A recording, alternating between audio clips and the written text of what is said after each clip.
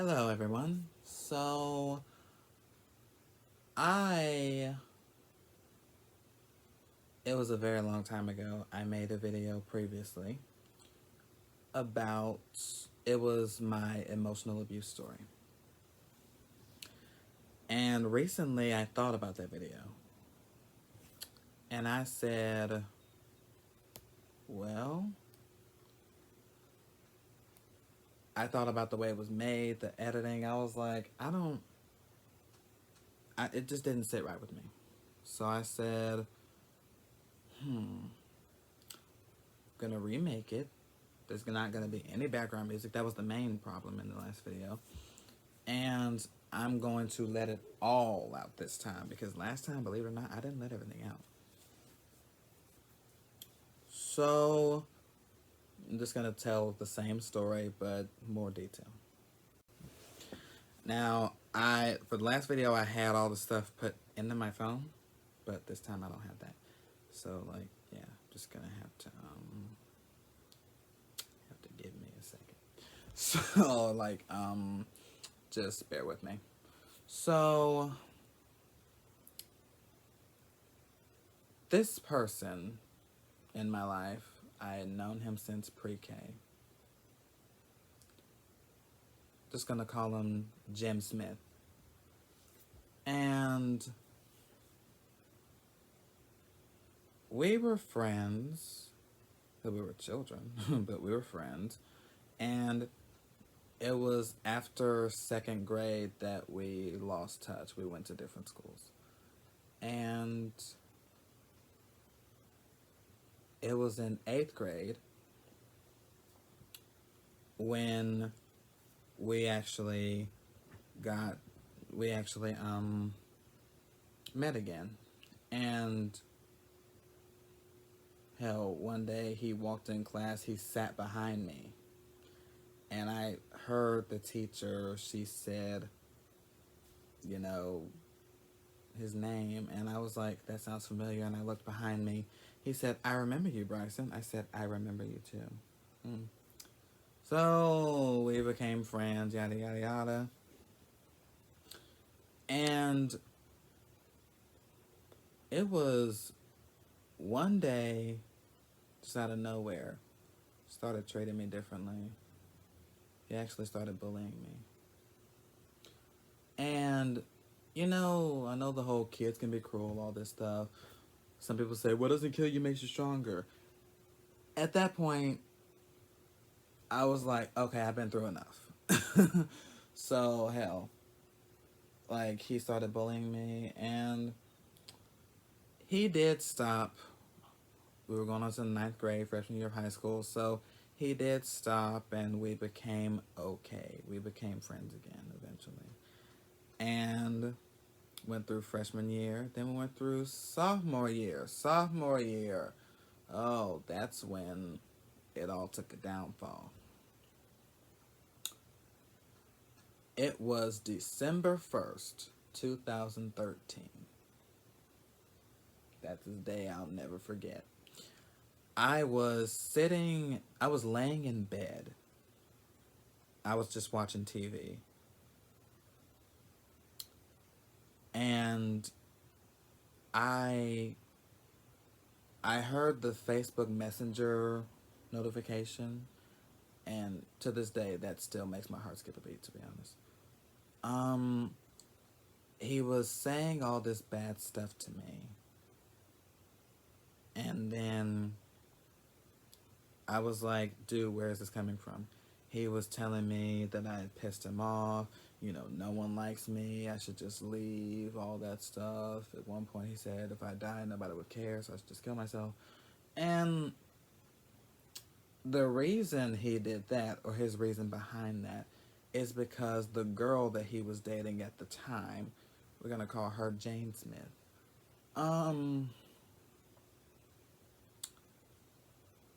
at first, he thought that I liked her and I wanted to split them up so I could have her for myself.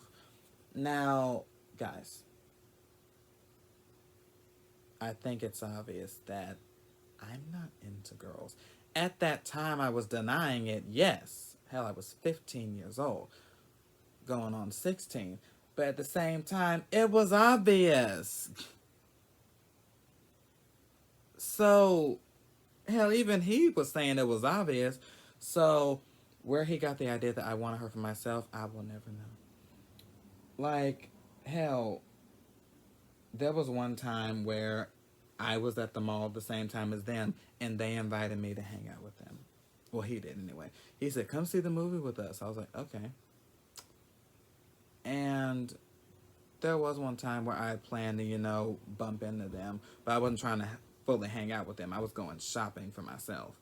And, Jane had told me, "Oh, we're going to be at the mall." So I was like, "Oh, okay, well, I might see y'all." So that happened. I bumped into them and I was intending to go shopping, but hell, they wanted me to hang out with them. So I did. And I wasn't the only one he was being really an ass to. He was being an ass to her as well. Like, ever since they had first started dating, he was nonstop talking to other females. And hell, she didn't know at that time, obviously. She didn't find out until years later. But, you know, hell, he would, he would never treat us, like we deserve to be treated. Like any of her friends, he would never treat them right all the time. Like he always had, you know, really bad arguments with all of them at one point, especially me. And like, um, he, I lost my train of thought for a second.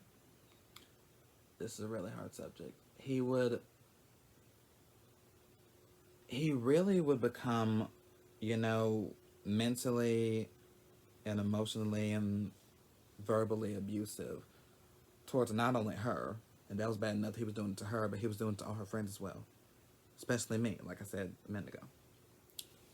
And I was like, what? What?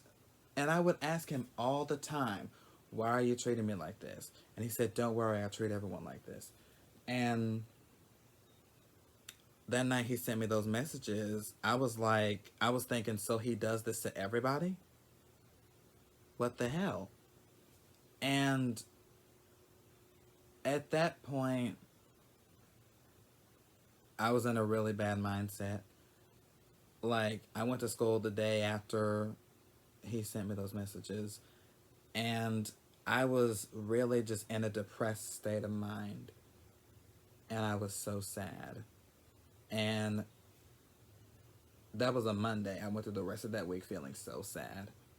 And then Saturday, I woke up and I just said, fuck it.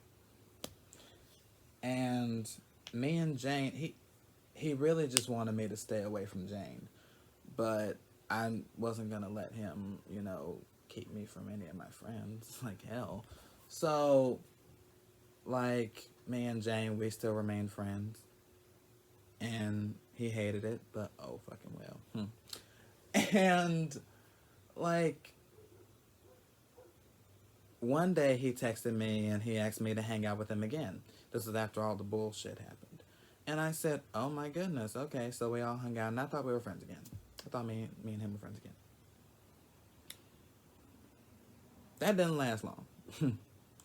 Because there was another time. We were all supposed to hang out. We were all supposed to go to the movies and then just, just hang out. And one day, he, it was the day before we were supposed to go hang out. He had told Jane to text me and say, hey, his cousin wants to come with us. He wants his family to meet me. So, like, maybe you can just hang out with us some other time. And I was like, okay, cool. Like, I totally respected that. That was fine. That was totally fine. Hell, I had some homework to do that weekend anyway. So, Saturday night, that's what I was doing.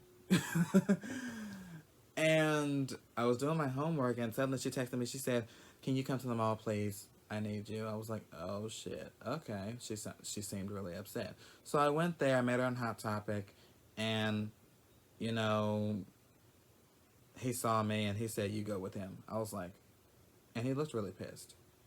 I was like, I don't know why he's looking so fucking pissed. I mean, hell, she had every right to be upset for what he did that night, which I'm not going to get into. And we were walking around, me and Jane, and all of a sudden, he was following us the whole time. Then all of a sudden, he came up to me, got in my face, yelled at me, threatened me, called me all these things. And back then, guys, I wasn't as strong as I am now. Like, all that, I was like I was stunned. And hell, saying all these mean things to me. And it really upset me. And I went home that night. Surprisingly, I didn't cry until I got home. Cried myself to sleep that night. It's like I started to believe some of the things that he said. And, like, I...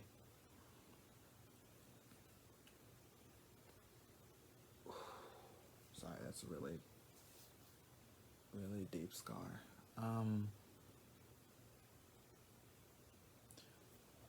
I didn't... I just thought, okay, well, won't be hanging out with him anymore, but... Surprise, surprise. not too not too much later, all of a sudden we were friends again. And this is how it would go. It's an off and on relationship. Guess what? This is an off and on friendship. Off and on, off and on, off and on. What would cause us to be off is some bullshit happens. He blows up on me, and you know it's over with for like what, a week. I think the longest we had ever gone without talking to each other was like, I don't even know, like maybe a week or two. And keep in mind, this was not a boyfriend. I wouldn't want to date someone like him. Like I said, he was abusive to her. You know how I treat you. I'm telling you how he treated me as a friend. Imagine that in a relationship. No. So time goes on. Here comes junior year. Um, Junior year, it was actually the very beginning of junior year. We all hung around. We both hung around the same group of friends, really. And there was one night we were at. What am I gonna name her? I can name her Jen Smith. Jen, Jane and Jen. Don't get them confused. We were at Jen's house, and it was me, Jen, him, and Jane. And it was all a good time. We were listening to music, bumping music and everything. And all of a sudden he yelled at me. I guess I had my music on too loud. And like, he didn't ask me at any point to turn it down, like, calmly. He just had to blow up on me over it. And I was like, what the fuck? So we had a little, spat over that. And I found out the next day when Jane's mom went to go pick them up because he didn't have a car at the time.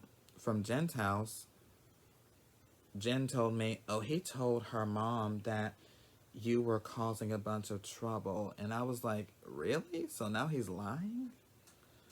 And, like, at that time, I was trying to think of a word to call him because, hell, he was lying. He was a liar, a conniver. He's heartless. He's just all that. He's just a son of a bitch. And someone told me about narcissism. And I said, that's him. A narcissist. That's what he is. And after that night, like I said, off and on friendship. Guess what happened a couple of weeks later? We were back on. And he basically he threatened me with something. He said, "I truly never want you around her again." Yada yada yada. He was still blaming me for problems in their relationship, problems that he was causing by talking to other females. But I was the one ruining your relationship. Okay, and like I admit I did do some things, like, but they were I would own up to my shit. Like there was one day I was sitting at home, I had my mom's phone in my hand, so I texted, and me and Jane were texting, and as a joke, I did something. Like she told me he left his phone here. I was like, oh. So I decided to play a joke, and I decided to text him from my mom's phone saying, "Hey baby," with a winky face. And after she showed me the text, she was like, "Who the fuck is this?" I just I sent her a bunch of laughing emojis. I said, "That was me, calm down." And she said, "Ha." Now, she took it as a joke. She said, "Ha, very funny." Yeah. She took it as a joke, and, she told him about it, obviously, which, hell, I knew that was going to happen. I wasn't scared of it. And I kid you not, he went off. I should have expected that, I know, but, hell, for some reason I thought if she could take it as a joke, he can. But, like, he didn't. He went off, all that, and hell. But I owned up to it, though. I owned up to what I did. The stuff he was doing behind my back, I found out from other people. And when I would confront him about it, he would just lie to me and say, "Oh, no, that wasn't me. I didn't do that." Then I show him proof that it was him. He's like, "Oh, yeah, I did do it. Sorry." The half-ass apology shit always pissed me off. And, all this happening, I was sick of the off and on. So I would ask him, what's wrong? What's wrong? Like, I want us to be friends, and that's it. And then he proceeded to tell me, "Oh, this is wrong with you. This is wrong with you. This is wrong with you. This is wrong with you." I'm like, but there's nothing wrong with you. Narcissist. And plot twist, he actually called me a narcissist. He started saying that I was a narcissist. Honey, I wasn't the one lying, conniving with not just me, but everyone around him. Hell. And I'm a narcissist? Okay. But after all that, senior year. Oh my God.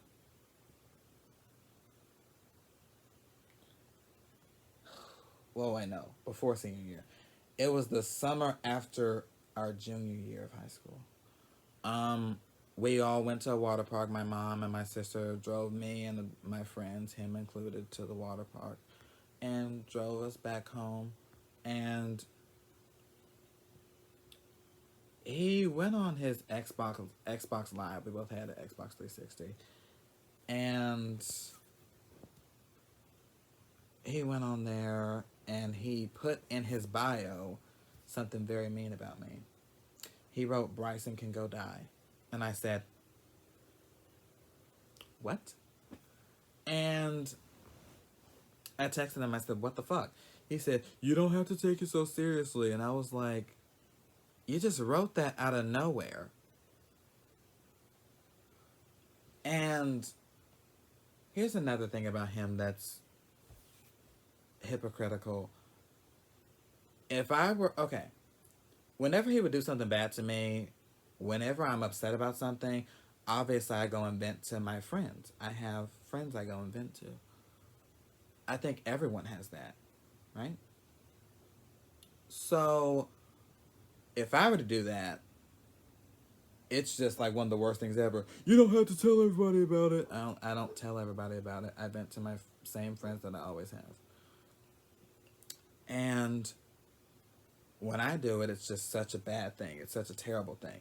But when he does it, when he goes and talks shit about me and tells people lies, because it was mainly lies he was telling about me, it's perfectly fine. And now the people he was talking to, they were they were more friends with me than they were with him. So they would come to me and they say, "Oh, he said this about you," and I was like, "I'm surprised." And when I would confront him about it, I didn't tell them. I didn't tell him who told me. But when I confront him about it, he'd be like, "Oh, well, it's true," or this is the most pathetic excuse he said. He said, "It was a joke. Come on, like really, really." So like, oh my god, he was the most toxic person in my life. Come senior year, this is when it really reached the boiling point. He started playing mind games with me. He started like trying to get inside my head. And for a while he did. It worked. He would get inside my head and tell me, this is dumb. You shouldn't do this thing that's going to improve your life or anything like that. And I believed him. I started to believe the things that he was saying to me. I started to believe that I really was dumb. I started to believe that I really was pathetic. That's what emotional abusers do. That's what narcissists do. They get inside your head and they convince you that everything they're saying about you is true. And for a while, he had done that. For almost 5 years of my life, he had done that to me. Especially during our senior year of high school. Like, we had the same first period class. He would tell people, like, I'm sitting right there. He would be talking about me to people. And I'd just be sitting in front of him, just not saying anything. When I should have turned around and slapped him back at him and said, "Shut the fuck up," because what you're saying is not true. But I didn't have that courage back then. Like, I want to go back in time and sit down and have a conversation with myself and be like, "Look, you're stronger than what he is saying." So it doesn't take anything, just backhand him. But hell, if I hadn't gone through that, I wouldn't be as wise as I am now. So senior year, what is one thing that happened? Oh yeah, I didn't go to this school that I got a scholarship to, but I didn't think I was going to get a scholarship to any school I applied for. And I hadn't even applied to this school. And one day I got a call saying, "Hey, you got a scholarship for this much." Now, it wasn't a very big amount of money. It was like $500 per semester, which isn't much, obviously, but hell, it's still something. So I was excited and I got that. I wasn't bragging about it to the whole world. I wasn't going to rent a blimp and say, "I got a scholarship, bitch." I wasn't going to do that. But like, he was the first person I told because we were on good terms at that time. And he said, "You're so stupid. You're so stupid. I got that same thing. You're so stupid. You're so stupid." Really. And it went on. And he actually convinced Jane to, that it was stupid as well. And the next day, he and I got into it, obviously. Um, and me and Jane got into it about the same thing. Now, at this point, when we would argue, guess who would always end up saying, "I'm sorry." Even though I know I wasn't wrong, I would always say, "I'm sorry. I know what you want to do. Just slap me. Feel free to." Um, and when I would do that, obviously I would give him that advantage over me.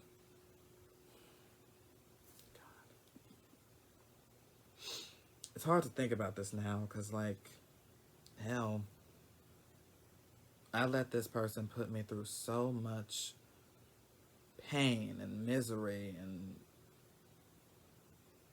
self-hatred.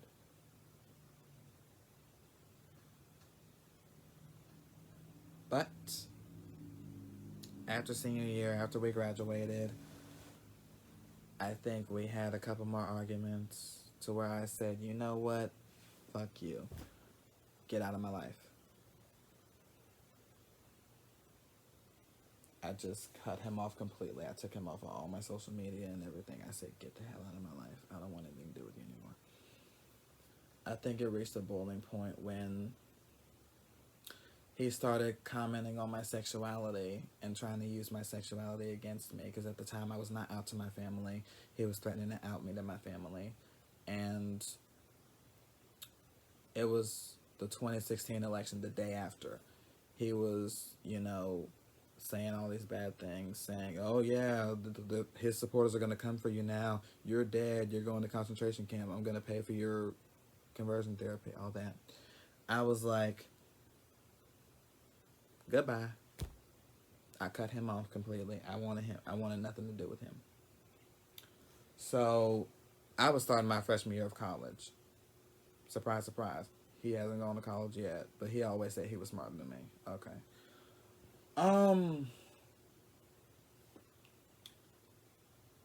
It was all good with me anyway. I would go to class and then go home. I would hang out with other friends. It was all nice. And his name on my phone at the time was like UGH with the eye rolling emoji. And for some reason, I just hadn't blocked him. I didn't block his number. My dumb ass didn't block his number. And then I'm sitting at home one day because my class got canceled, I think. And I'm just watching TV. I'm watching Netflix. And all of a sudden, I get a text from his ass saying, yo, can we talk? I was like, son of a bitch. At first, I was just going to delete the message and let it go. But no. My soft side decided to read it so he could see that I had read it. And then I just said, sure. He asked if we could move in together. Get our own apartment. Because his grandfather was kicking him out. And he went on to say we could work on a friendship. We could, do all this and that. And I said, oh, you're right. Okay. So I jumped on it. We got the apartment. Did we have some disagreements about the apartment? Of course. It wouldn't be us if we didn't. At that time, he had a way better job than me. Like, he wasn't in school, so he was working full time. He would always comment on the fact that, haha, I make more than you, so I get to make most of the decisions for the apartment. And I was like, okay, I know you make more than me, but we split the rent. And, I couldn't have anybody over, but he could have all the people he wanted to over. I couldn't put any posters up, but he could put all the pictures he wanted up. I was like, dude, are you serious? You're so fucked up in the head. And we argued about something dumb, I think. What did we argue over? Oh, yeah. My sister at the time, she was pregnant and she was also sick. She had really, really high blood pressure. So she had come back from Alabama, and I was like, I'm going to be staying with her for, some time to, make sure she's taken care of. And I was. At first he said he understood. Then he got pissed at me and said, why don't you just come back home? I'm like, dude, first of all, you're not even there. He wasn't even there most of the time. He was at Jane's house, just living with her and her family, basically. And he got on me for not being at the apartment. It's not like I was never there. But that's a whole nother subject. He got mad at me for that, and he told me how I was being stupid for taking care of my sister. Because I'm totally stupid for taking care of my sister. It's messed up that I want to take care of my sister. It was messed up that I chose my family over him. I chose my family over his worthless ass. So, after he yelled at me for the millionth time, at that time, I was really using the app Grinder. And I invited a guy over. And we walked upstairs. Me and the guy I hooked up with. We walked upstairs. Now, me and Jim's rooms were facing each other. His room was here. My room was here. I got to the top of the stairs. I looked in my bedroom, but then I looked at his room. And I said, let's go this way. So I grabbed the guy's hand. We went into the bedroom. We got in John's bed. Well, no, Jim. We got in Jim's bed and we had sex. I had sex in Jim's bed. Yes, it was. I know how fucked up that is. But I guess in my mind at the time, I was like, this is the best revenge I can get right now. Having sex in his bed with a man. Did I mention that he was also homophobic? Oh, yeah, he's very homophobic. He claims he's not, but is. I know, another red flag. Don't remind me. But, yeah. What's even more messed up is that night he got home, and I watched him go to sleep on the pillow that me and the guy both finished on.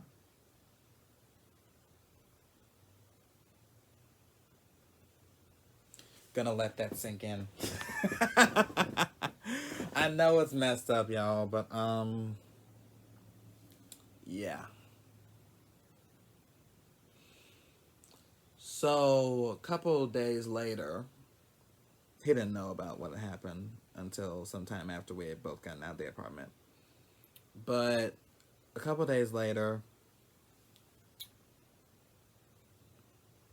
he started calling me. It was like almost 11 o'clock at night. I was like, hello? He said, hey, you need to come home right now. Something's happened. I was like, okay. So I ran to the apartment. I was like, what's up? He said, my charger was in the trash can. I was like,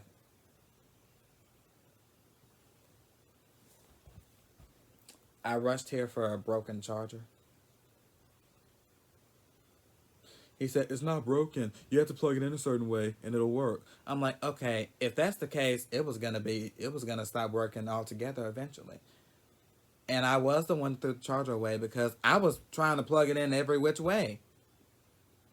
It wasn't working, y'all. So I did him a favor. I threw it away.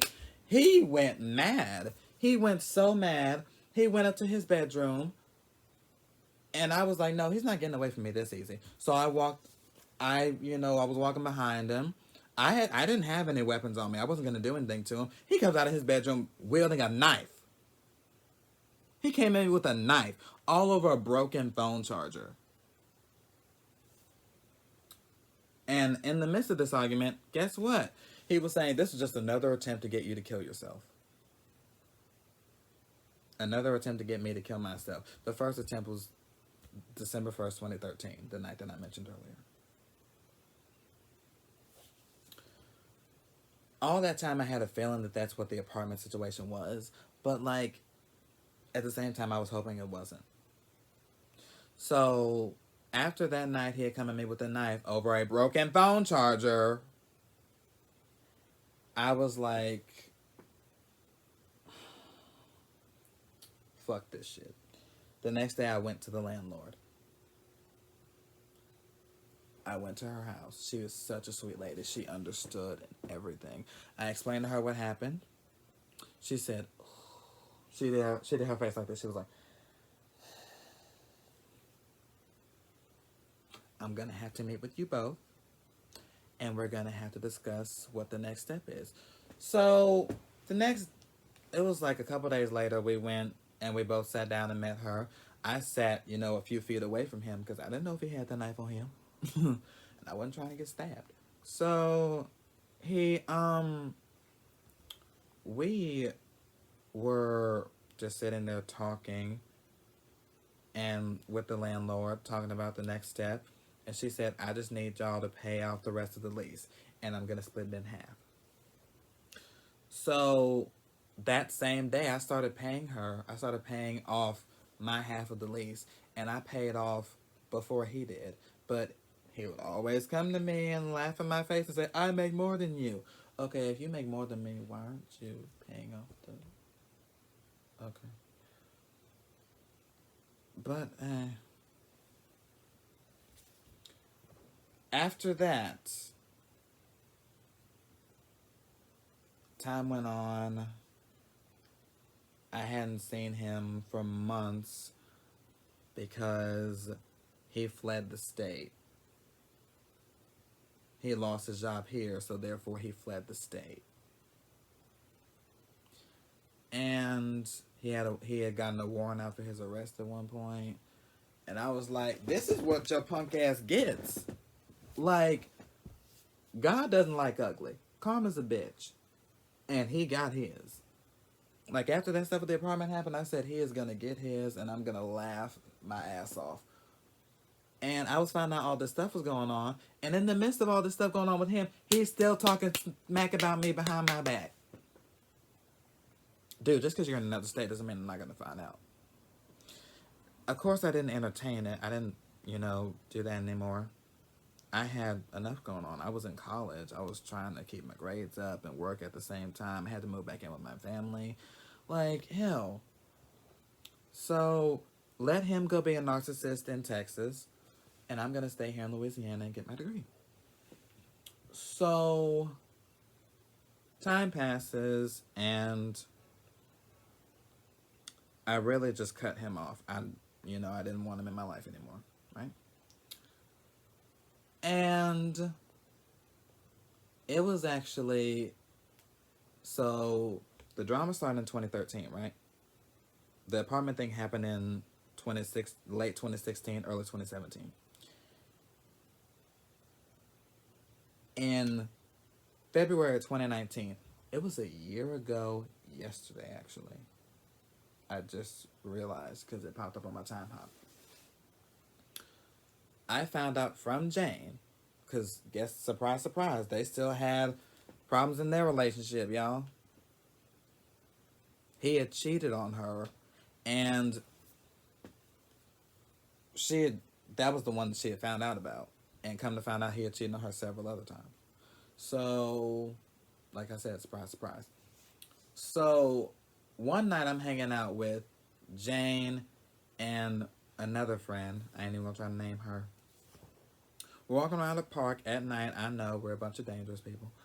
And, she says that she's texting Jim. And she shows me the messages. And I look and I'm reading the messages. Guess who he's talking about? I'm like, I don't even talk to him anymore. I hadn't even thought about him in ages, y'all. Like, I was over all that. He's out of my life, right? Yet he was talking about me again. And he wasn't just talking about me. Oh, no, no, no. He was making threats towards me. He was threatening my life, and he was also threatening the safety of me and my family. He had been making threats before that, but that's the one where I was like, oh, this motherfucker's gone too far. So I went to the police the next day. I filed a report on his ass, and he found out about it.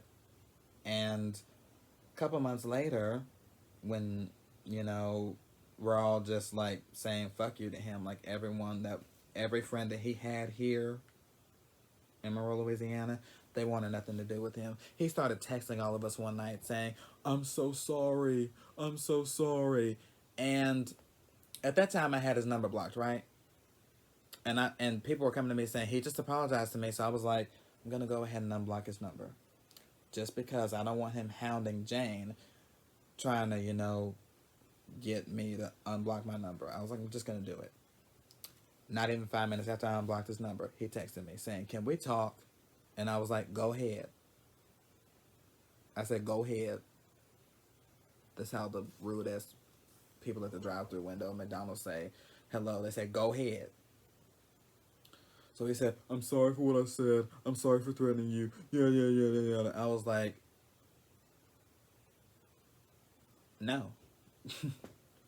I said, I don't believe you. He said, I didn't expect you to believe it. And he had a gun at the time. And he was threatening my life.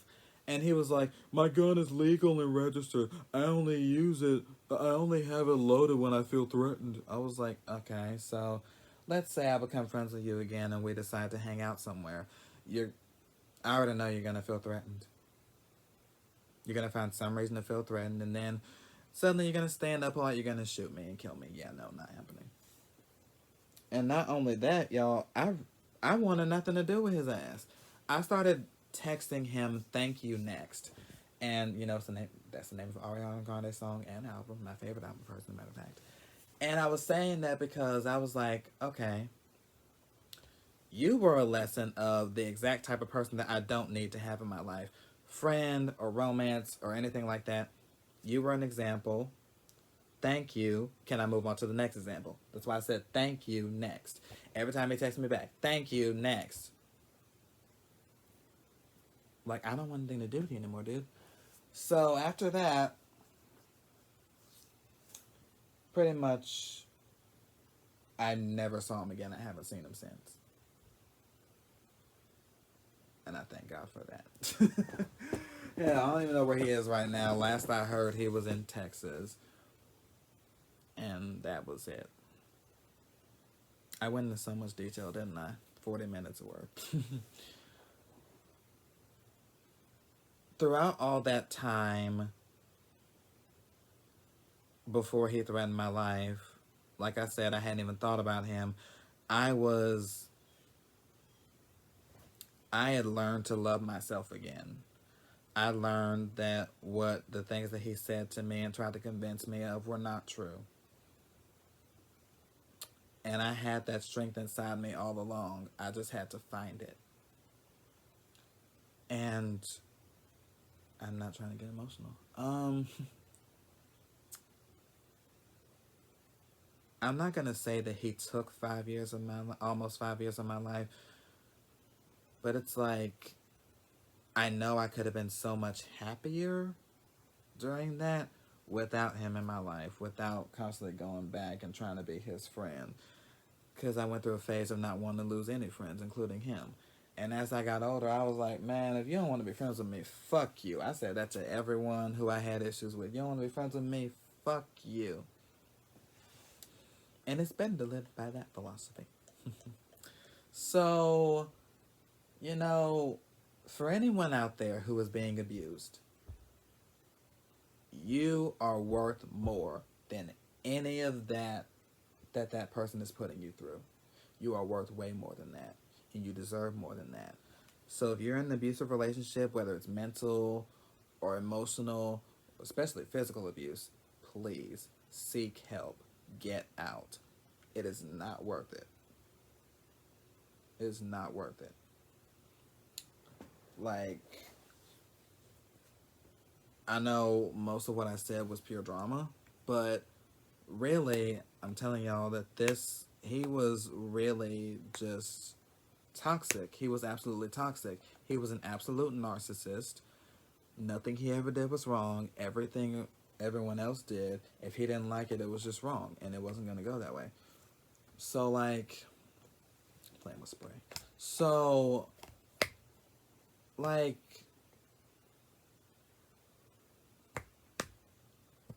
I made this video just to let people know that, you know, you have a narcissist in your life. Hey, you're not alone.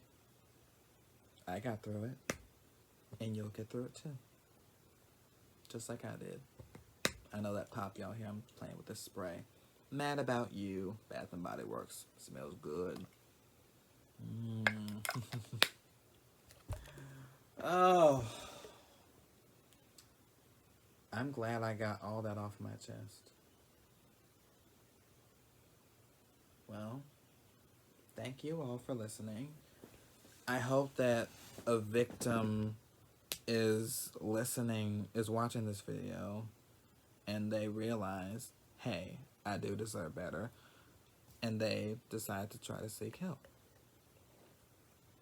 That is my goal. Thank you for watching.